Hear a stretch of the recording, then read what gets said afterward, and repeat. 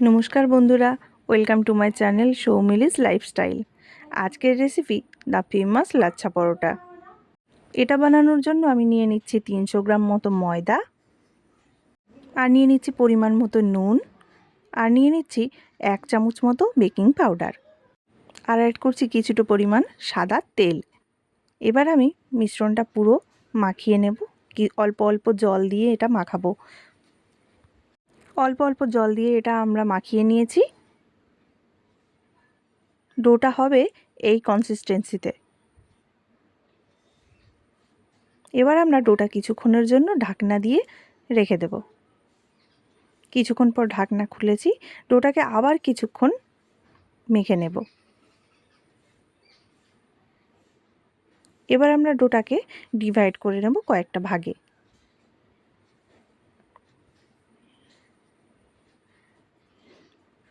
আমার এখানে 8টা মতো হয়েছে।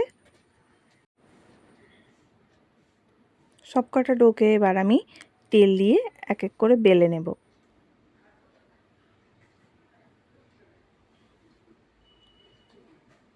যতটা সম্ভব গোল করার চেষ্টা করব। এটা বেলার পর এটাকে আমি কেটে নেব এইভাবে। কেটে নেওয়ার পর সব পার্টগুলোকে একসাথে আস্তে আস্তে করে ফোল্ড করে নেব।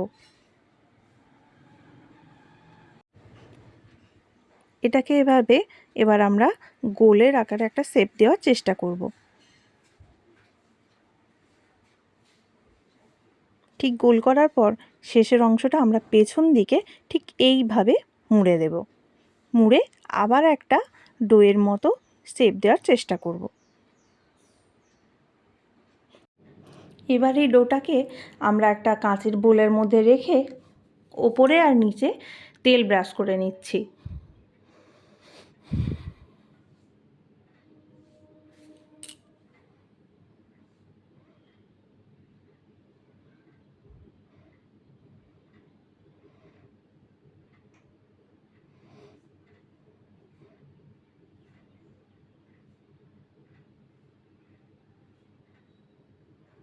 এবার কিছুক্ষণ ঢাকা দিয়ে রেখে কিছুক্ষণ পর এগুলোকে আমরা আবার সামান্য পরিমাণ তেল দিয়ে বেলে নেব।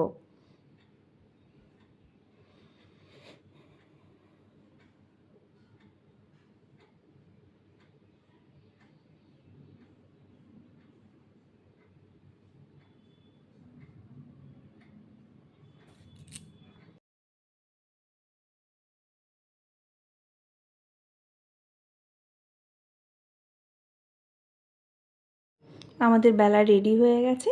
এবার আমরা একটা তাওয়া দিয়ে তাওয়ার মধ্যে পরোটাটা দিয়ে দেব। পরোটাটা কিছুক্ষণ এপাশ ওপাশ করে নাড়াচাড়া করব। কিছুটা সেঁকে নেওয়ার পর এতে আমরা তেল দেব। এক্ষুনি আমরা তেল অ্যাড করব না। যখন এটা দেখছি কিছুটা লাল লাল হয়ে ফ্রাই হয়ে এসেছে, এবার এর মধ্যে আমরা তেল অ্যাড করছি। তাহলে কি হবে, আমাদের পরোটার লেয়ারগুলো আস্তে আস্তে করে খুলে যাবে।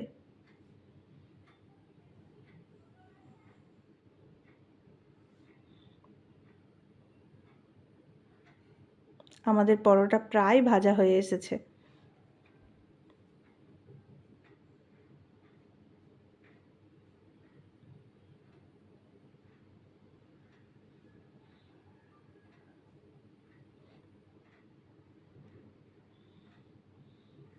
কালারটা দেখুন, দেখতে খুব সুন্দর হয়েছে।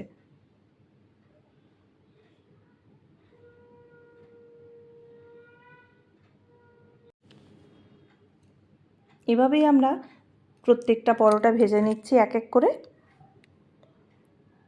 আমার সবগুলো ভাজা হয়ে গেছে। রেডি আমাদের আজকের লাচ্ছা পরোটা। রেসিপিটা কেমন লাগলো কমেন্ট করে জানাবেন। ভালো লাগলে চ্যানেলটি অবশ্যই সাবস্ক্রাইব করবেন। টাটা।